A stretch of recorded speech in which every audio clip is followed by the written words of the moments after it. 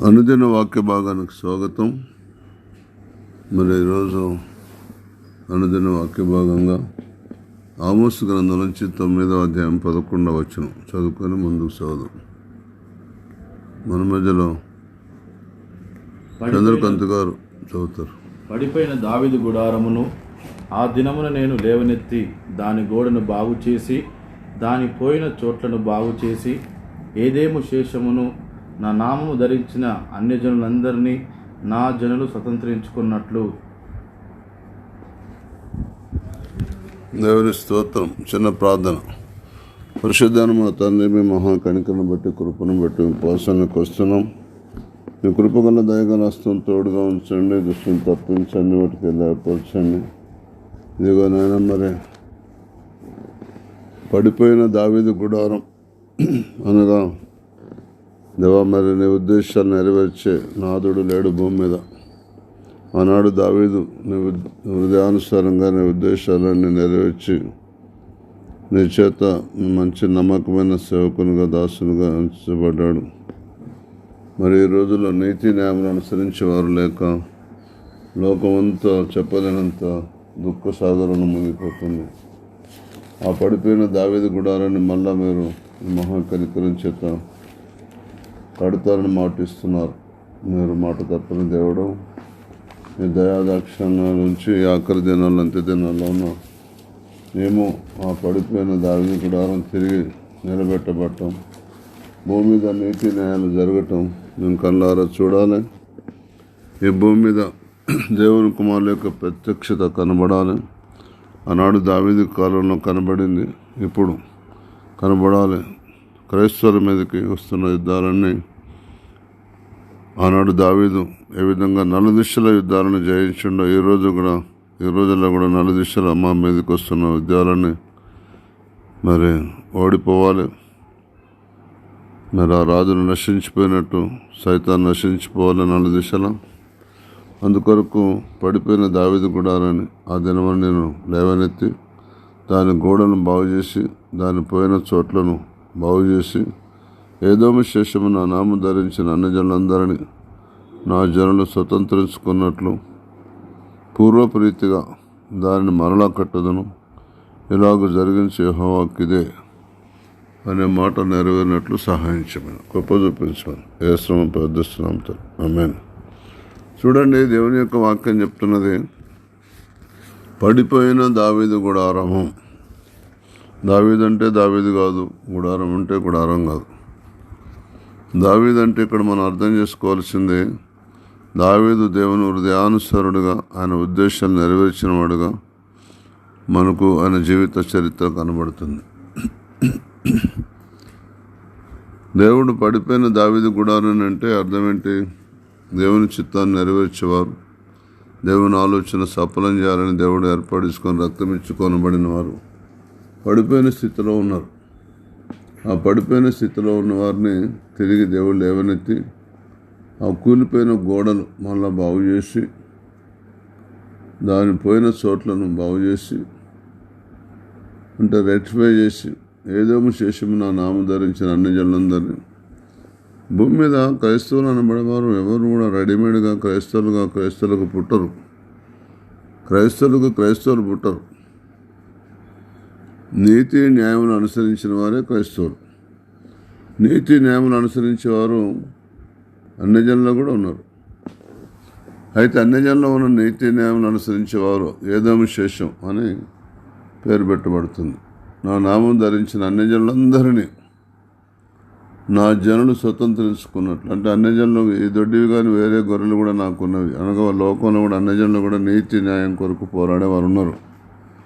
నీతి న్యాయం కొరకు ప్రాణాలు పెట్టేవారు ఉన్నారు. నీతి న్యాయం కొరకు జీవితాన్ని అంకితం చేసుకునేవారు ఉన్నారు. అలాంటి వారందరూ క్రైస్తవులుగా మారాలి. నా జనులు స్వతంత్రించుకున్నట్లు అని రాయబడింది. నా జనులు అంటే క్రైస్తవులు అనగా దేవుని ఏర్పాట్లో ఉన్నవారు స్వతంత్రించుకున్నట్లు పూర్వపు రీతిగా దాన్ని మరలా కట్టుదను, ఇలాగూ జరిగించే యెహోవాకిదే. దేవుడు కడతానంటే ఇక ఆయన మాట తప్పడనమాట. ఇదేదో ఆచార సంబంధమైన భక్తి కాదు. దేవుడు మాట విడుదల చేసినట్టు ఖచ్చితంగా జరుగుతుంది. ఎప్పుడు జరుగుతుంది, ఎలా జరుగుతుంది అంటే నువ్వు కుంగిపోనక్కర్లేదు, నీకెవరు సహాయం చేస్తారని చేయలేకపోతే నువ్వు బాధపడనక్కర్లేదు, నిన్నెవరు ఉద్ధరిస్తారని మాటిస్తే ఉద్ధరించకపోయినావు, నువ్వేం బాధపడొద్దు, దేవుడు నిన్ను పట్టించుకుంటున్నాడు. కనుక యెషయా గ్రంథం 54:10 రాయబడ్డ మాట చదువుదాం. పర్వతములు తొలగిపోయినను, మెట్టలు తత్తరిల్లును, నా కృప నిన్ను వీడిపోదు, సమాధాన విషయమైన నా నిబంధన తొలగిపోదు అని నీయందు జాలిపడు యెహోవా సెలవిచ్చుచున్నాడు. చూసిన దేవుని యొక్క జాలి మన మీద, ఎవరి మీద ఉన్నది జాలి? తను ఏర్పాటు చేసుకున్న ప్రజల మీద. ఎవరు వాళ్ళు? నీతి నియమాలు అనుసరించేవారు. ఎవరు? పడిపోయిన దావీదు గుడారాలు. ఎవరు? పడిపోయిన గోడలు. ఎవరు? పడిపోయిన ఆయా స్థలాలు బాగు చేసి దేవుడు పర్వతాలు తొలిగిపోయినా మెట్టలు తత్తెలిన కృప నిన్ను విడిచిపోదంటాడు. ఇది కృపాయుగం. 2000 సంవత్సరాలైంది ప్రారంభమై. యేసు శిలువలో మరణించింది మొదలుకొని మళ్ళీ ఆయన రాకడ వరకు, పరిశుద్ధాత్మ ద్వారా సంఘం ఎత్తబడేంత వరకు కృపాయుగం. పరిశుద్ధాత్మ ద్వారా సంఘం ఎత్తబడిన తర్వాత మహాశ్రమలు కాలం 7 సంవత్సరాలు. తర్వాత నీతి పరిపాలన యుగం. అయితే పర్వతాలు తొలగిపోయినంటే నీకెవరు సహాయం చేస్తానని చెప్పి మాటిచ్చి మళ్ళీ వెనక్కి తగ్గిన, మెట్టలు తత్తరిన, నీకెవరు ఉద్ధరిస్తారని బలపరుస్తారని ఆశ పెట్టుకుంటే వాళ్ళు నిన్ను చేయి విడిచిన, నా కృప నిన్ను విడిచిపోదు. అంటే నువ్వు ఏ మనిషి మీద నువ్వు ఆశ పెట్టుకున్నావో అందుకొరకే దావీదు భక్తుడు అంటాడు 118 కీర్తనలు, మనుషులు నమ్ముకుంటు కంటే 8-9 రాజులు నమ్ముకుంటు కంటే యెహోవాను ఆశ్రయించడం మేలంటాడు. కనుక దేవుని ఆశ్రయించాలి. పర్వతాలు తొలిపోయినా మెట్టలు తత్తలు నా కృప నిన్ను విడిచిపోదు, సమాధాన విషయం నా నిబంధన తొలిపోదు నేను జాలిపడి యెహోవా సెలవిస్తున్నాడు. ఆయన మానవులకు ఒక నిబంధన చేశాడు, సమాధానం ఇస్తాను. రక్షకుడిగా దేవునిగా ప్రభువుగా అంగీకరించిన వారికి సమాధానం ఇస్తాడు. సమాధానం ఎప్పుడు వస్తుందంటే ముందు బలం పొందుకోవాలి. బలం ఎప్పుడు పొందుకోవాలంటే పడిపోయిన దావీదు గుడారం తిరిగి నిలబెట్టబడాలి, ఆ గోడలు కట్టబడాలి, పోయిన చోట్లన్నీ బాగు చేయబడాలి. అప్పుడు మనం సమాధాన విషయం నిబంధనకు పాత్రలు యోగ్యమవుతాం. అది తొలగిపోదు అని నీ అందు జాలిపడి యెహోవా సెలవిచ్చుచున్నాడు. నువ్వు కుంగిపోవటం, నువ్వు కుమిలిపోవటం, నువ్వు దిగులు పట్టడం, నువ్వు బాధపడటం, నువ్వు శ్రమలో నువ్వు ధ్యానం చేసుకోవటం, నీకు అన్యాయం జరిగిందని నువ్వు వేదన పడటం, నేను కొంతమంది మోసం చేయటం, కొంతమంది నష్టపరచడం, కొంతమంది కుంగదీయటం, కొంతమంది బలహీనపరచడం, పెళ్లి చేసుకున్న భర్త కూడా నేను అర్థం చేసుకోకుండా నేను ఇబ్బంది పెట్టడం, పెళ్లి చేసుకున్న భార్య కూడా నేను అర్థం చేసుకుండా ఇబ్బంది పెట్టడం, నీకు అన్న పిల్లలు కూడా ఎంతో అల్లారు ముద్దుగా పెంచుకున్న పిల్లలు కూడా నేను లెక్క చేయకపోవటం, లక్ష్య పెట్టకపోవటం, నేను హింసలు పెట్టడం, బాధలు పెట్టడం, లేదా అధికారులను బాధ పెట్టడం, లేదా ధనవంతులను బాధ పెట్టడం, లేదా ఐశ్వర్యవంతులను ఇబ్బంది పెట్టడం, ఈ విధంగా, లేదా రౌడీజం చేసే వాళ్ళని బాధ పెట్టడం, ఆధిపత్యం ఉన్నవారు, నోటి గద్దరితనం ఉన్నవారు మోసాలు చేయటం, ఇవన్నీ నువ్వు భరిస్తున్నావు. దేవుడు చూస్తున్నాడు. దేవుడు రంగంలో దిగాడు. పర్వతాలు తొలిపోయినా మెట్టలు తత్తరిన కృప నిన్ను విడిచిపోదు, సమాధాన విషయం నా నిబంధన తొలిపోదని నేను జాలిపడి యెహోవా సెలవిచ్చుచున్నాడు అని రాయబడింది. కనుక మీరేం భయపడకండి. నువ్వు దావీదు గుడారానివి, దావీదు సంతతి వారి మీదను యెరూషలేము నివాసుల మీదను కరుణనందించు, ఆత్మను విజ్ఞాపన చేయ, అతను కుమరింపగా తాము పొడిచి నా మీద దృష్టించి ఒకడు తన ఏక కుమారుని విషయంలో దుఃఖించినట్లు, ఒకడు తన జ్యేష్ఠ పుత్రుని విషయమై ప్రలాపించినట్లు వారు దుఃఖించు ప్రలాపించనంటాడు. దేవుడు ఎప్పుడైతే పడిపోయిన దావీదు గుడారాన్ని తిరిగి లేపుతాడో, ఎవరైతే అప్పుడైతే వారు పశ్చాత్తపడి దేవుని వైపు తిరుగుతారో అప్పుడు వాళ్ళ పట్ల ఉన్న దేవుని కృప ఎలాంటిదంటే యెషయా గ్రంథం 59:19 చెప్తున్నది. పడమటి దిక్కునున్నవారు యెహోవా నామమునకు భయపడుదురు, సూర్యోదయ దిక్కునున్నవారు ఆయన మహిమకు భయపడుదురు. యెహోవా పుట్టించు గాలికి కొట్టుకొని పోవు ప్రవాహ జలము వలె ఆయన వచ్చును. దేవుడు మహా ఉగ్రతతో, మహా ప్రచండమైన కోపంతో, మామూలు కాదు, పెద్ద తుఫాను ఎట్లా వస్తుందో అట్లా దేవుడు ఆయన పుట్టించే గాలి కొట్టుకొని పోవు ప్రవాహం వలె. ఆయన గాలి ఎట్లా వస్తుంది తెలుసా? కొట్టుకొని పోయే ప్రవాహంలాగా రాబోతుంది. మీరేం భయపడకండి. కుంగిపోయిన వారులారా, అన్యాయం అనుభవిస్తున్న వాళ్ళారా, అన్యజనుల చేత మరి భయంకరమైన దుస్థితిలో ఉన్న వాళ్ళారా, పడమటి దిక్కునున్న వారు యెహోవా నామమునకు భయపడుదురు.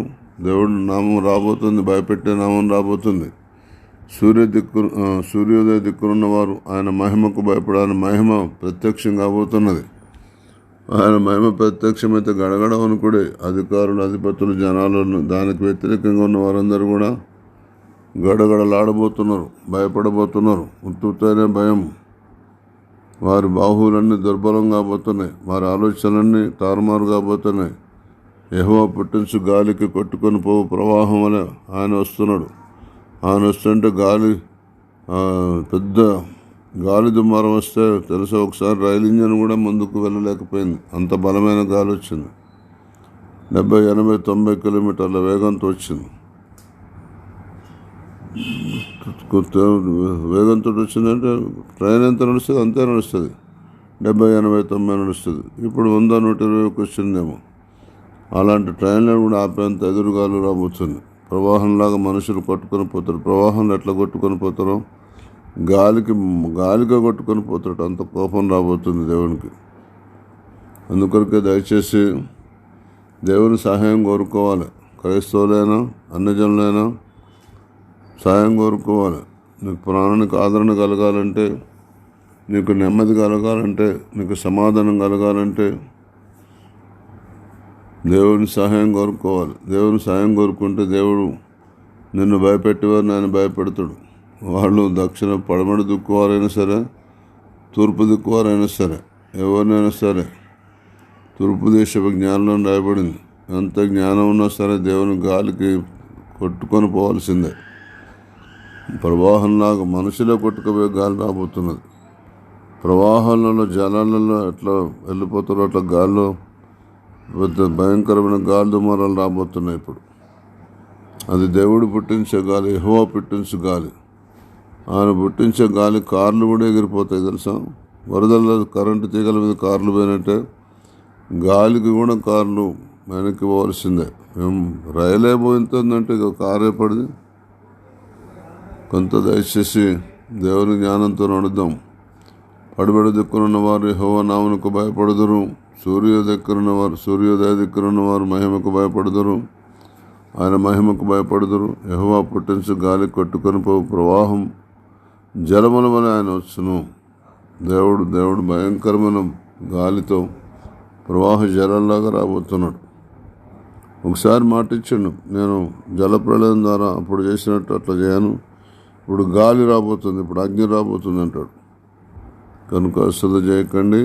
దేవుని తిరిగిన వారు, పడిపోయిన వారు ఉంటే ఏం దిగులు పడకండి. మీ గోడలు కట్టించే దినం మళ్ళా రాబోతుంది.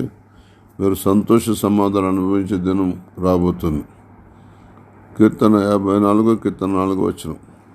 ఇదిగో దేవుడే నాకు సహాయకుడు, ప్రభువే నా ప్రాణమును ఆదరించువాడు. కృష్ణ దేవుని మీదనే ఆధారపడాలి మనం.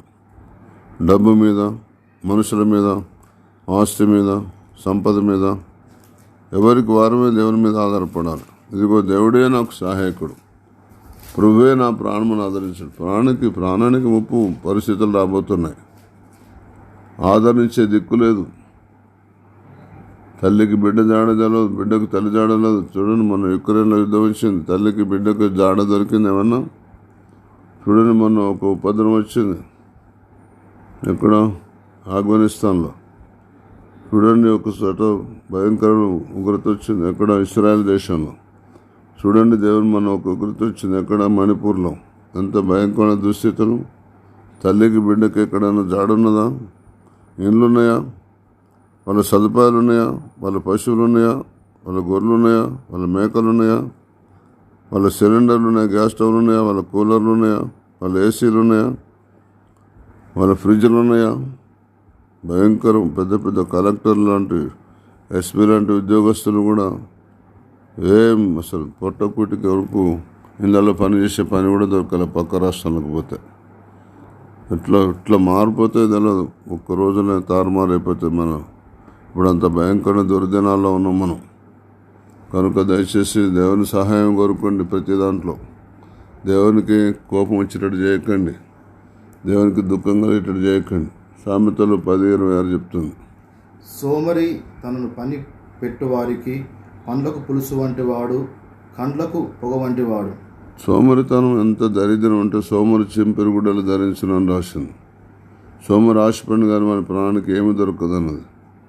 సోమరి విత్తలు వేయ కాలంలో సోమరి దున్నడు, పంట కాలంలో పంటను గురించి విచారించినప్పుడు వానికి ఏమీ దొరకకపోనని రాసింది. కనుక సోమరిది తనను పనిపెట్టు వారికి, సోమరునికి ఏదైనా పని అప్పచెప్తే, ఒకవేళ మనం పండ్లు గోరుపోయే పులుసు ఉంటుంది చూసినాం, పులుసు పని సోమరునికి పని చెప్తే ఆ పులుసు తాగినట్టే ఉంటుంది. నిమ్మ పులుసు ఒక కప్పుడు పులుసు గిలాసుడు పులుసు తాగినట్టు ఉంటుంది అసంటలో పని చెప్తే. లేదా కళ్ళకు పొమ్మని లెక్క పొగబెట్టినట్టు చూసినా, పొగ ఆ పొయ్యి అంటు పెట్టి దాంట్లో మంట రాకుండా పొగ ఇల్లంతా కమ్ముకున్నట్టు ఉంటుంది. సోమరునికి మనం ఏమైనా నమ్ముకుంటే, సోమరుని మీకు ఏమైనా పని అప్పచెప్తే, సోమరి తనను పనిపెట్టువానికి పండ్లకు పులుసు వంటివాడు, కళ్ళకు పొగ వంటివాడు. అందుకొరకు పౌలు భక్తుడు అంటాడు, దేవుని పని అశ్రద్ధగా చేయకూడదు, శ్రద్ధగా చేయాలి, చాలా చురుకుదనంతో చేయాలి, చెప్పంగానే చేయాలి అంటాడు దేవుడు. కనుక దయచేసి సోమరితనం ఉంటే సోమరితనం విడిచిపెట్టండి, అది మంచి పద్ధతి కాదు. దేవుడు మిమ్మల్ని దీవించను గాక. మన మధ్యలో చంద్రకాంత్ గారు ప్రార్థన చేస్తారు. మహోన్నతుడైన మా దేవ, మా రక్షణకర్త, మా ఆశ్రయదుర్గమా, మమ్మల్ని మిక్కిలిగా ప్రేమిస్తున్న పరలోక తండ్రి, నీకు వందనాలు, స్తోత్రం నాయన తండ్రి. ఇదిగో దేవా, సోమరిగా ప్రభా నాయన తండ్రి ఉండకని సెలవిస్తున్నారు. ప్రభా నాయన తండ్రి, దేవా నీకు వందనాలు నాయన తండ్రి. ఇదిగో యెహోవాయే ప్రభా నాయన తండ్రి ఆధారం చేసుకోమంటున్నారు. ఆయనని మన ప్రాణంను ఆదరించేవాడు, ఆయన మాకు సహాయం చేయవాడని ప్రభా సెలవిస్తున్నారు.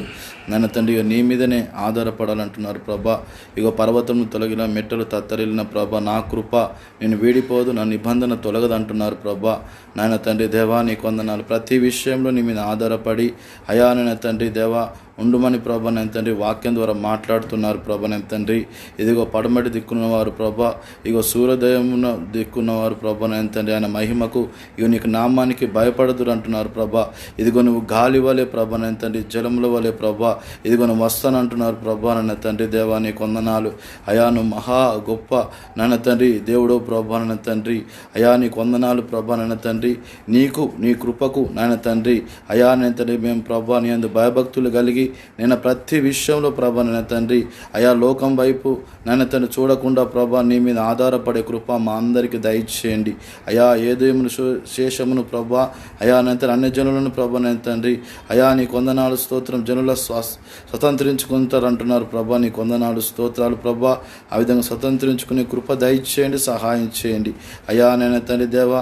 ఇంకా ప్రభా నాయన తండ్రి మేము ఏ విషయంలో నాయన తండ్రి ఇగో నీ వైపునకు తిరగలేకపోతున్నామో, నీ మీద ఆధారపడలేకపోతున్నామో అయా నాయన తండ్రి, ఇంకా దేని విషయంలో మేము భయపడుతున్నామో నాయన తండ్రి అయా నాయన తండ్రి దేవా. నీ కొందరు మనుషులు మమ్మల్ని ఏం చేయగలరు ప్రభా. అయా నీ మీద ఆనుకున్నప్పుడు ప్రభా నాయన తండ్రి నువ్వే నాయన తండ్రి బలమైన గాలి వలె ప్రభా నాయన తండ్రి ఇదిగో నేను వస్తున్నాను అంటున్నారు ప్రభా నాయన తండ్రి. అయా నీకు లోబడి జీవించే కృప భాగ్యం మాకు దయచేయమని అయా నాయన తండ్రి దేవ, నీవే మాకు సహాయకుడవని, మా ప్రాణంను ఆదరించువాడు నీవే అని ప్రభా, నీ మీద ఆనుకునే కృప భాగ్యం దయచేయమని, సహాయం చేయమని అయా ఈ సమయంలో ప్రభా. ఇగో నాయన తండ్రి దైవజనుల ద్వారా మీరు మాతో మాట్లాడినందుకు నేను స్తుతిస్తున్నాం పరిశుద్ధాత్మ దేవ. అయా ఇంకను ప్రభు మంచి ఆరోగ్యం ఇచ్చి అయా మీరు ఇంకను వాడుకోమని కృప చూపించమని, సహాయం చేయమని, నీ నామానికి స్తుతి ఘనత మహిమ ప్రభావం ఆరోపిస్తూ యేసయ్య నామను ప్రార్థించ వేడి పొందున్నాం తండ్రి, ఆమేన్. మన తండ్రి అయిన దేవుని యొక్క ప్రేమ, ప్రభు అయిన క్రీస్తు వారి యొక్క కృప, పరిశుద్ధాత్మని యొక్క అన్యోన్య సమాధానం అభిషేకం సర్వలోకంలో సమస్త పరిశుద్ధులకును కూడిన మనకు సదాకాలం తోడై ఉండను గాక. ఆమేన్. మంచిది, మీ అందరికీ వందనాలు. దేవుని స్తోత్రం.